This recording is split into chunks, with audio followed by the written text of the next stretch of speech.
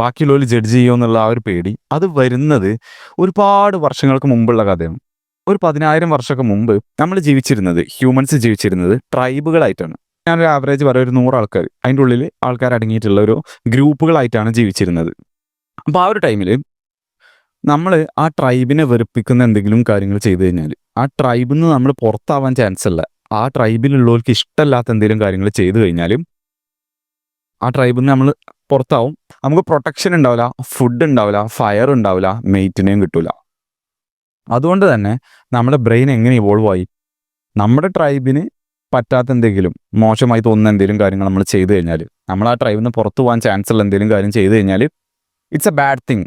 അത് റിജക്ഷൻ അല്ലെങ്കിൽ ജഡ്ജ്മെൻറ്റ് ആണല്ലോ മെയിനായിട്ട് നമുക്ക് കിട്ടുക. പോലെ റിജക്ഷൻ അല്ലെങ്കിൽ ജഡ്ജ്മെൻറ്റ് ഒരു ബാഡ് തിങ് ആയിട്ട് അത് വന്നു കഴിഞ്ഞാൽ നമ്മളതിന് പുറത്തു പോകാൻ ചാൻസ് ഉണ്ട്. അത് നമ്മളെ സർവൈവലിന് ഒരു ത്രെറ്റാണ് എന്നുള്ള രീതിയിലാണ് ബ്രെയിൻ പെർസീവ് ചെയ്യുന്നത്. സോ ആ ഒരു ബ്രെയിന്, അന്നത്തെ ആ ഒരു ബ്രെയിന് ഇപ്പോഴും വല്ലാതെ ഒരു മാറ്റം വന്നിട്ടില്ല. ആ ഒരു സൈക്കോളജി കേസിൽ വല്ലാതൊരു മാറ്റം വന്നിട്ടില്ല.